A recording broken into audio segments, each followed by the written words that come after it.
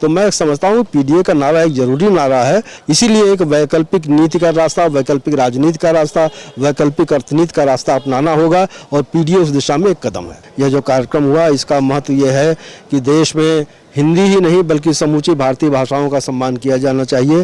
हिंदी दिवस के अवसर पर आज समाजवादी पार्टी के राष्ट्रीय अध्यक्ष अखिलेश यादव ने तमाम बड़े साहित्यकारों को आज सम्मानित किया। उसी सिलसिले में आज हमारे मौजूद है वीरेंद्र यादव जी, जिन्होंने पुस्तक भी लिखी थी और उनको भी सम्मान मिला है। तो क्या कुछ इस पर उनका रिएक्शन है? आज अखिलेश यादव ने आप लोगों को जिस तरीके से तमाम साहित्यकारों को सम्मान दिया और मंच पर बुलाया, तो कैसा लगा और क्या कुछ सोच रहे हैं?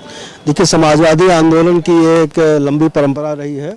वो साहित्यकारों का, लेखकों का सम्मान करती रही है। हिंदी भाषा को लेकर के उसकी एक अग्रगामी भूमिका रही है।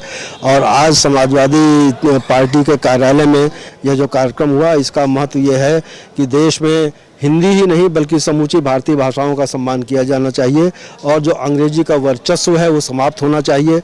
आज़ादी के इतने वर्षों बाद भी अंग्रेजी का वर्चस्व कायम है और जनभाषा और भारतीय भाषाओं का वो स्थान अभी नहीं प्राप्त हुआ है जो होना चाहिए था।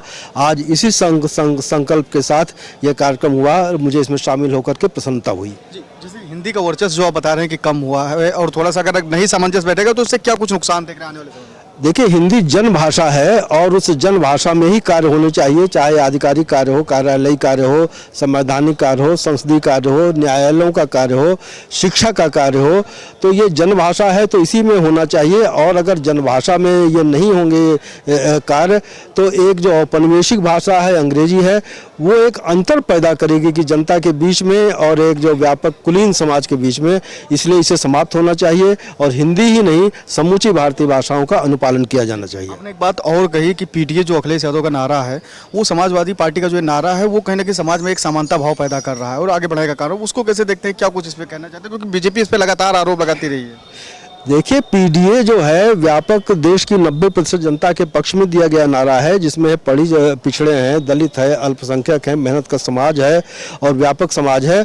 उस व्यापक समाज को ध्यान में रख करके इस देश की नीतियां बननी चाहिए, इस देश का जो है विकास होना चाहिए। तो मैं समझता हूँ पीडीए का नारा एक जरूरी नारा है और ये संवैधानिक व्यवस्था के अंतर्गत है।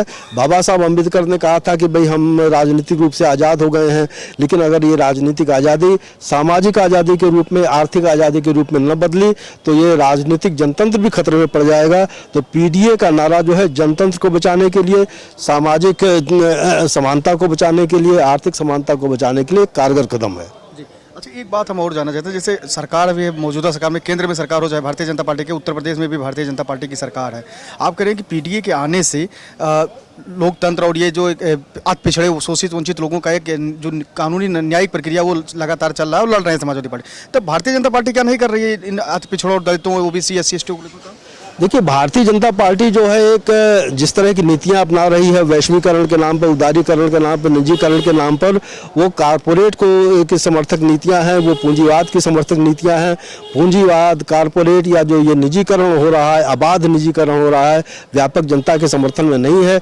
इसीलिए एक वैकल्पिक नीति का रास्ता, वैकल्पिक राजनीति का रास्ता, वैकल्पिक अर्थनीति का रास्ता अपनाना होगा और पीडीए उस दिशा में एक कदम है। ये थे वीरेंद्र यादव जी ने, जिनसे हमने कई सारे मुद्दों पर बातचीत की। उन्होंने बेबाक तरीके से अपनी राय रखी। फिल्मी टिक्स के साथ जितेंद्र के साथ मैं संजय पांडे, फिल्मी टिक्स, लखनऊ।